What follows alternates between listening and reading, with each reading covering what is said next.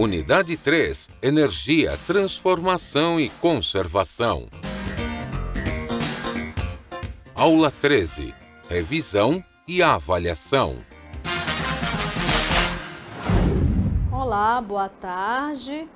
Então, vamos continuar a nossa revisão, Daqui a pouco teremos a nossa avaliação. Vamos ter calma, que tudo vai dar certo e vocês vão fazer uma boa avaliação, tá bom? Então, gente, vamos continuar falando ainda lá dentro das soluções de um conteúdo chamado de solubilidade. O que seria a solubilidade? Ela é definida como a quantidade máxima de determinada substância que é possível dissolver no volume um determinado dissolvente.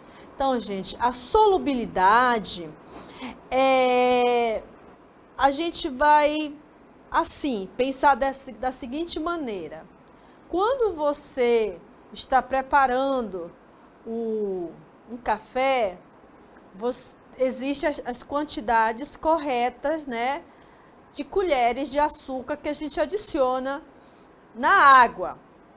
Isso aí depende se é 200 ml, se é 300 ml, se é 500 ml. Então, a água, ela é o solvente.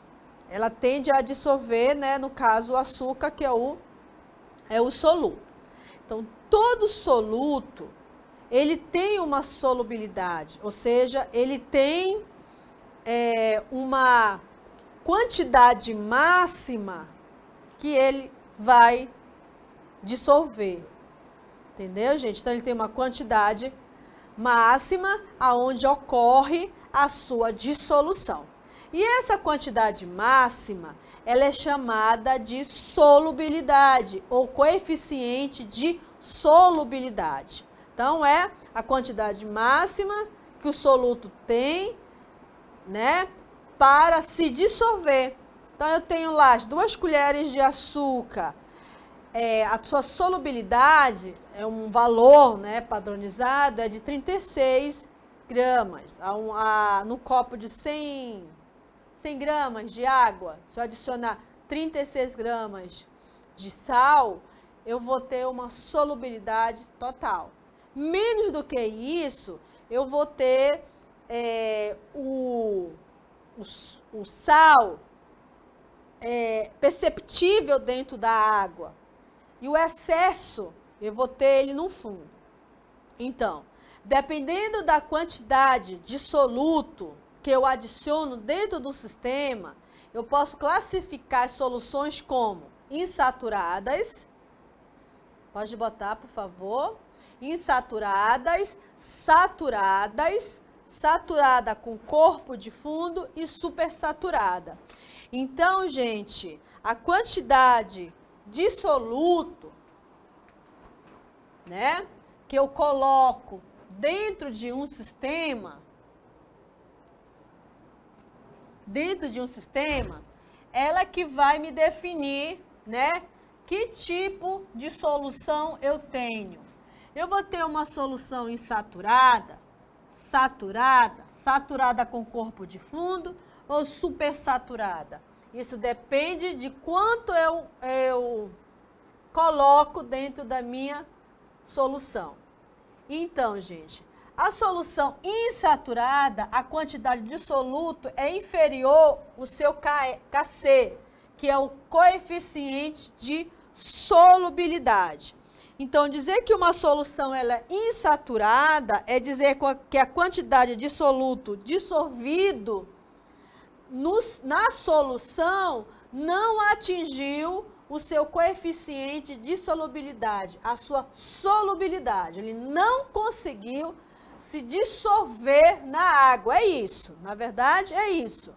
Se eu adiciono 50 gramas, dentro do sistema de água, de 100 gramas de água, vai ocorrer uma insaturação, um excesso de soluto. Esse soluto ele não vai conseguir atingir o seu coeficiente de solubilidade, ou seja, ele não consegue se dissolver. Então, quando ele não consegue se dissolver, eu digo que a solução é insaturada. As substâncias saturadas é aquela que atingiu o coeficiente de solubilidade, tá? Então, eu tenho aqui um sistema. Sei que 36 gramas de cloreto de sódio, ele colocado em 100 gramas de água, no sistema que tem água, né? 100 gramas de água, a uma temperatura de 20 graus Celsius, eu sei que esse 36 aqui é o que eu chamo de coeficiente de solubilidade, ou seja, é o limite máximo que ele tem para se dissolver. Então, se eu coloco aqui, ó, 36 gramas, aqui é água, né? Aqui eu tenho água, aí dentro eu tenho a água. Se eu adiciono aqui 36 gramas de sal, olha como vai ficar a minha solução. Ela vai ficar uma solução, né, ó, aonde o sal vai ser totalmente dissolvido. Ou seja, ele atingiu o seu coeficiente de solubilidade. Atingir o coeficiente de solubilidade é o que, gente? É se dissolver totalmente. Então, ele conseguiu se dissolver totalmente. Isso que é uma solução, o quê? Saturada. É quando ela atinge o seu coeficiente de solubilidade. E aí, exemplificando a solução insaturada, eu vou pegar agora esse mesmo recipiente que já tem a água e o sal, né? Dentro desse sistema eu tenho água e sal. E vou adicionar agora, ó. Eu vou adicionar 15 gramas de cloreto de sódio, tá? Quando eu adiciono isso, a gente vai perceber que nesse sistema que tem a água mais o sal, tem aqui umas partículas de sal. A gente vai perceber que ele está meio turvo nessa solução aí. Então, quando isso acontece, eu digo que a solução ela é do tipo insaturada. Ok? Ela fica meio turva a solução.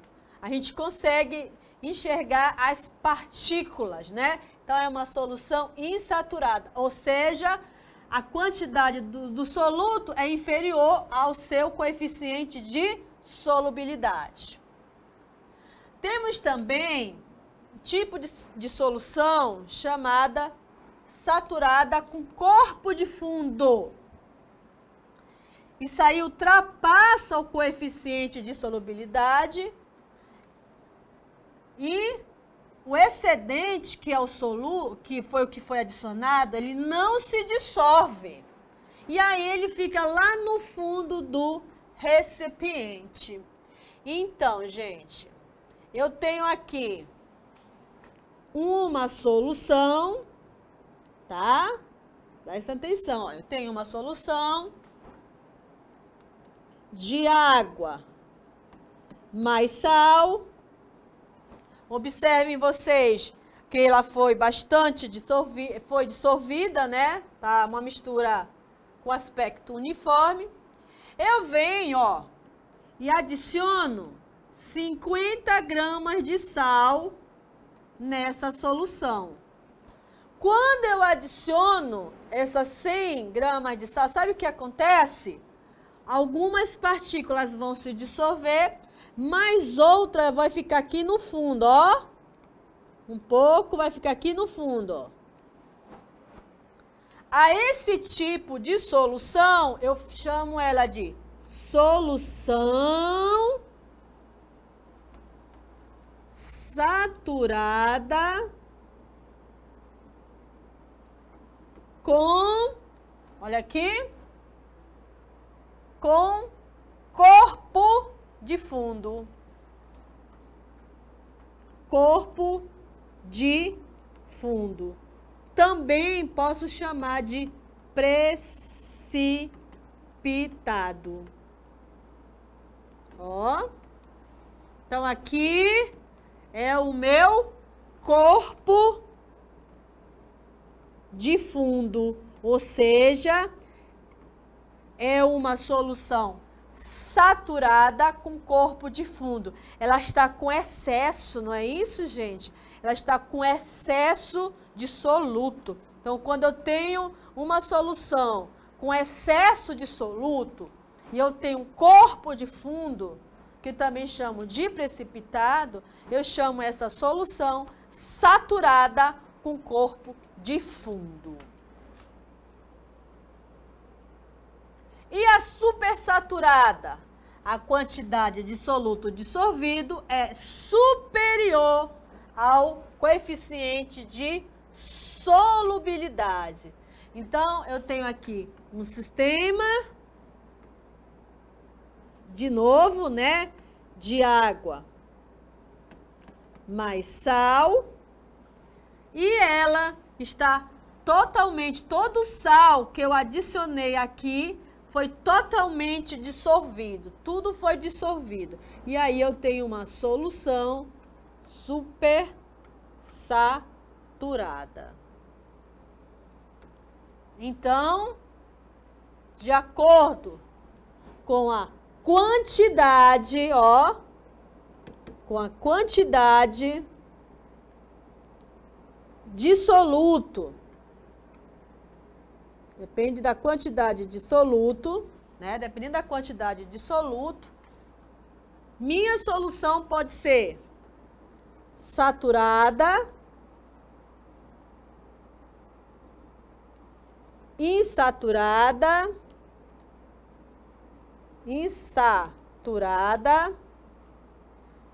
supersaturada e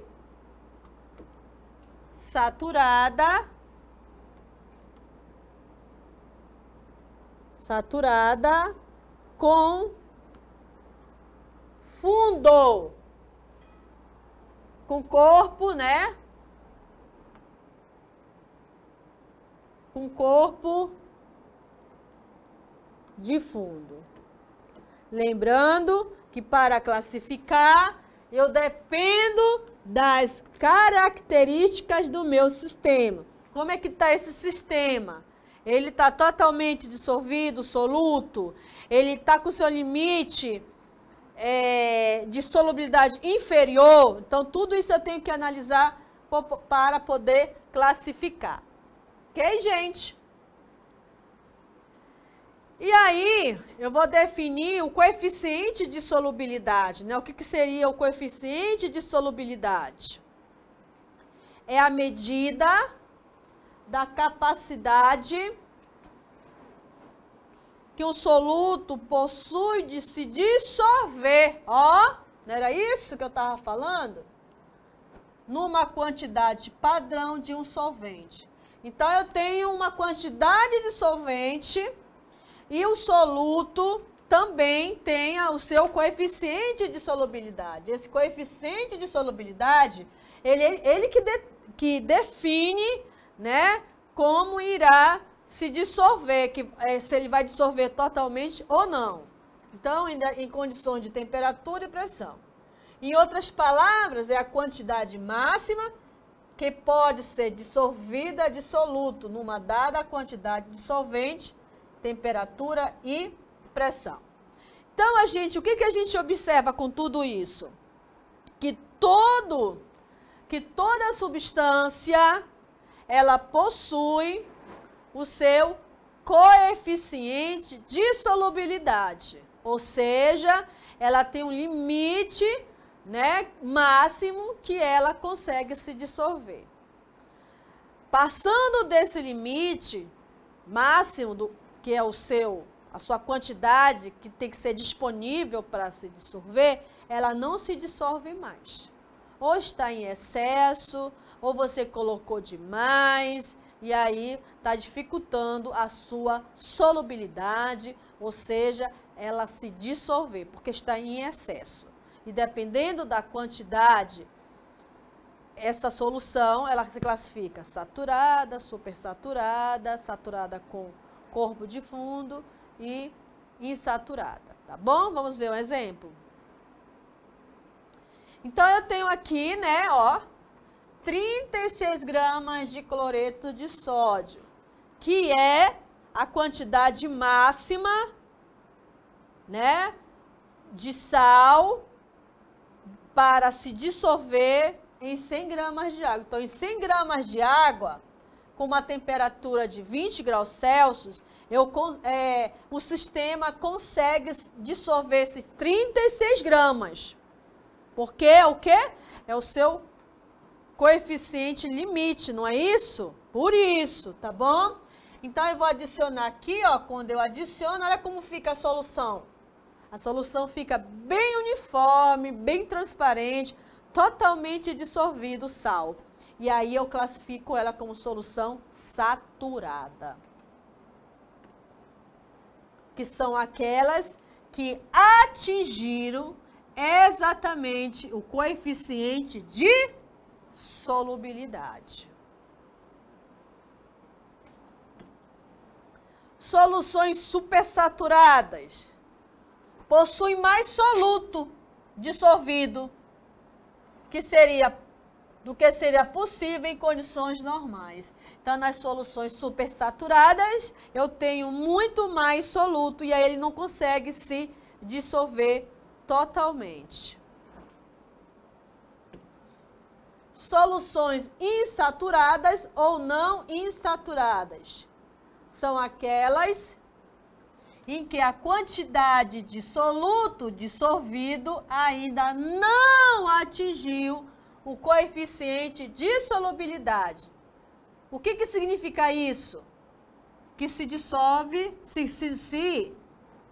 se quisermos dissolver mais soluto, isso será possível. Então, nas soluções insaturadas, elas ainda estão reagindo. As partículas ainda estão sendo quebradas, tá? Ou seja, ainda é possível se dissolver numa solução insaturada. Ela ainda não atingiu, tá, o seu coeficiente de solubilidade. Ela está caminhando para atingir, né? Tudo bem, gente? E aí a gente sai um pouco da classificação das soluções, né? Que a classificação das soluções é em relação à quantidade de soluto, né, que nós adicionamos nos sistemas, tá? Então, dependendo da quantidade, eu classifico como sendo saturada, insaturada, supersaturada, saturada com corpo de fundo, né? Então, isso depende da quantidade que eu adiciono no sistema de soluto. Agora a gente vai para o mundo da cinética química.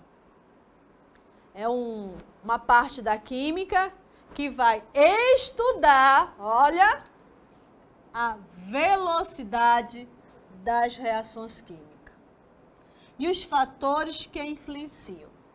Porque, dependendo desses fatores aqui, eu posso manipular a velocidade de uma reação para torná-la lenta, rápida ou moderada.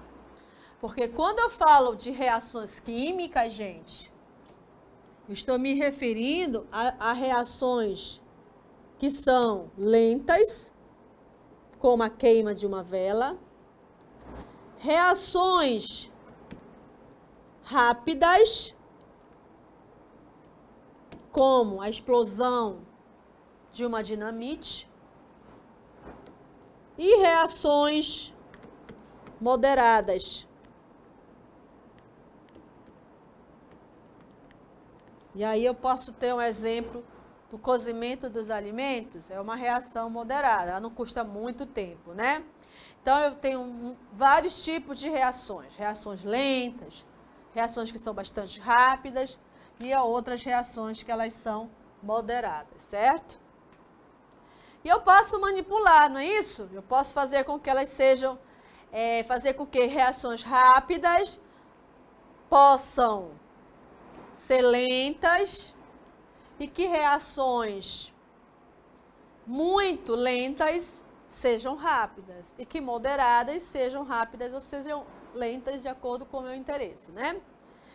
E isso é trabalhado bastante, principalmente nas indústrias de alimentos. Nas indústrias de alimentos, se tem pesquisa dentro dessa área, né, de alimentos, com substâncias que possam minimizar, retardar essas reações químicas. Principalmente alimento, né, gente? O alimento, ele é um meio de cultura para bactéria e para fungos. Então, eles rapidamente se tornam comidas aí de bactérias e de fungos se eles não tiverem um inibidor, algo que faça com que a reação se processe lentamente. Por isso que existe data de validade nos alimentos. Trago para vocês aí imagens, né, de tipos de reações que eu acabei de falar, né, as reações rápidas, lentas e moderadas. Então, eu tenho aí o apodrecimento da fruta, que é uma reação moderada, né? Olha uma reação rápida acontecendo e uma reação aí lenta, né? Então, são 3 tipos de reações. Quando a gente fala de velocidade das reações químicas, a gente lembra da teoria da colisão, tá? Então, falou de velocidade, falou da teoria da colisão. O que diz essa teoria da colisão, professora? Ela tenta explicar, como as reações ocorrem em nível microscópico. Então, a gente vai ter que estar imaginando um pouco esse choque, né, das partículas, das substâncias, dos reagentes no mundo microscópico que muitas vezes nós não queremos imaginar, mas que ela existe. E esse nível microscópico aí da colisão das partículas é explicado pela teoria da colisão. O que diz essa teoria? Antes da gente imaginar, a gente tem que ver o que diz a teoria. Que para uma reação química ocorrer, as partículas, que podem ser moléculas, átomos ou íons, dos reagentes devem colidir entre si. Mas essa colisão deve ser efetiva e deve ser feita com uma orientação adequada e ter energia suficiente. Então, eu tenho aqui condições, né? 2 condições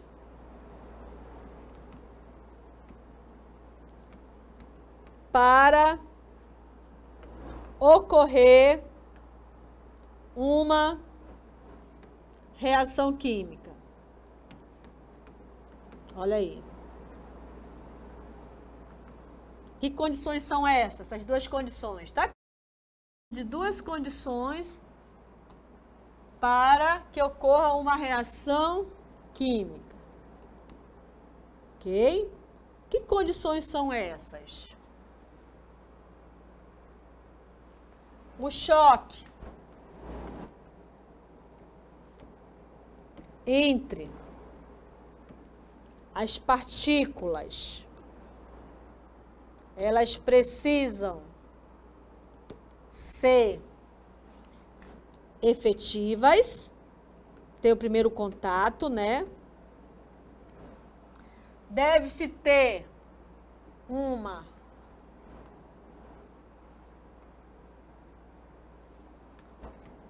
orientação adequada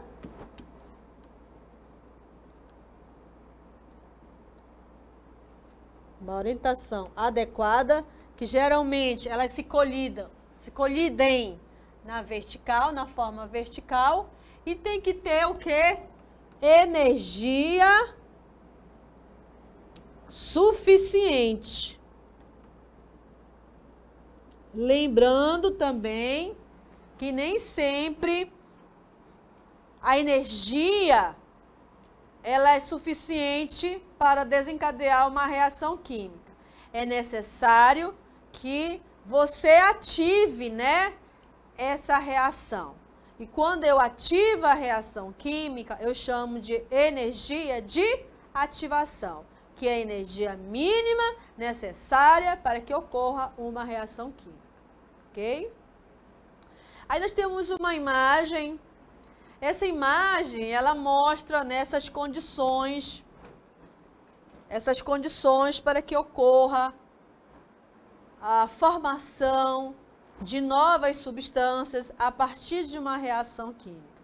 São as colisões, né? Isso é muito comum lá no universo, isso é muito comum. As estrelas estão se chocando, estão para formar novas estrelas, e assim, olha, o universo como é que é? Vive de choque, de energia, envolvimento de energia, das partículas se colidindo entre si e formando aí novos seres, novas substâncias, ok?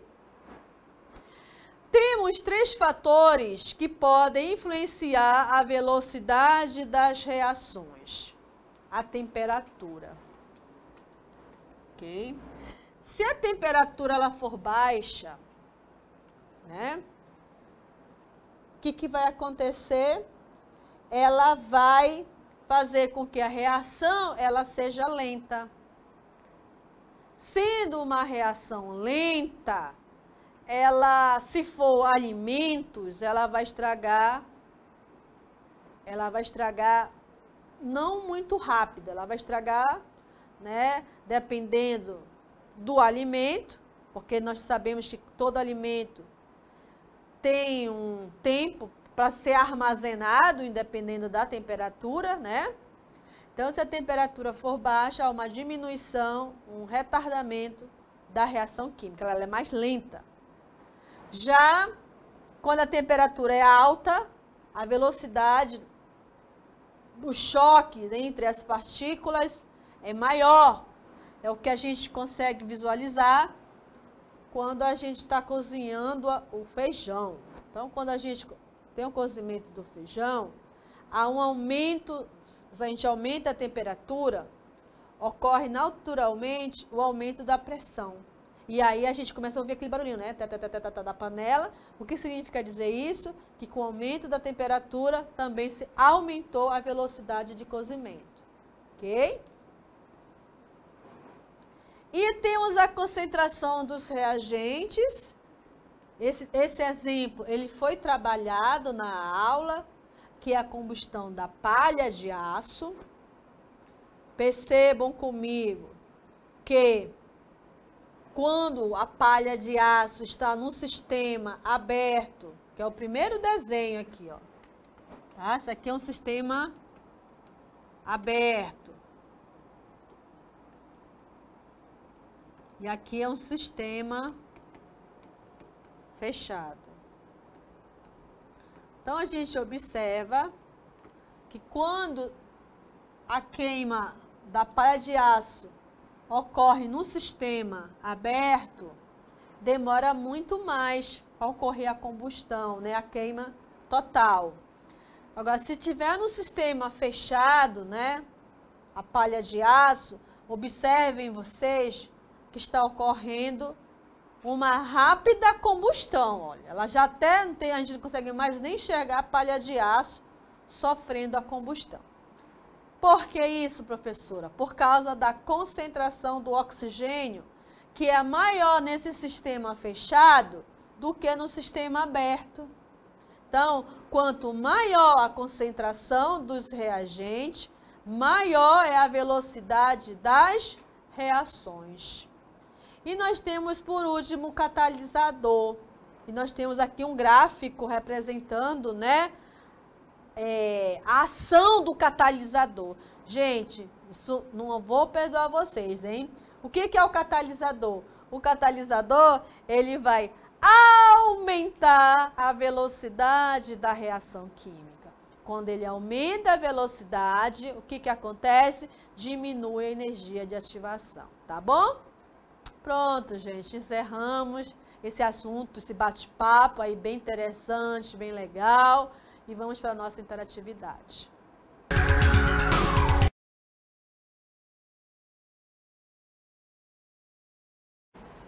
Então, gente, agora nós vamos para a leitura da nossa avaliação da terceira unidade. Primeira questão, né, vale um ponto. Quais são as soluções aquosas contendo uma única substância dissolvida, que podem apresentar corpo de fundo dessa substância, tá? Então, você vai dizer, né, só tem uma questão certa aí. Que tipo de solução é essa? Que tem corpo de fundo, tá bom? Questão 2, vale 1,5.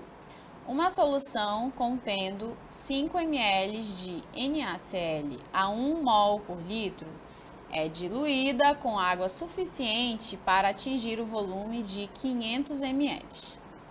Qual a concentração dessa nova solução, tá? Então, vocês vão calcular aí a concentração dessa solução. Na questão 3, vale um ponto. Muitas das reações químicas que ocorrem no nosso organismo, nas indústrias químicas e na atmosfera, são afetadas por certos catalisadores. Por exemplo, no homem, as enzimas são os catalisadores das reações bioquímicas. A função destes nas reações químicas então, qual é a função, né, dos catalisadores nas reações químicas? E você vai aí assinalar a resposta correta, tá bom? Questão 4, vale 1 ponto. Considere os estudos cinéticos de uma reação química e julgue os itens abaixo, né? Julgar, dizer se é verdadeiro ou falso, tá? Primeiro, toda reação é produzida por colisões, mas nem toda colisão gera uma reação. 2. Uma colisão altamente energética pode produzir uma reação. 3. Toda colisão com orientação adequada produz uma reação. 4. Pode passar. A velocidade média de uma reação pode ser determinada pela expressão V é igual quantidade de produtos dividido pela quantidade de reagentes. Então, assinalando verdadeiro, V para verdadeiro e F para falso, e lendo de cima para baixo, teremos, então aí vocês vão marcar a alternativa, né, que representa a análise aí de todas as 4 afirmativas. Questão 5, vale 1 ponto.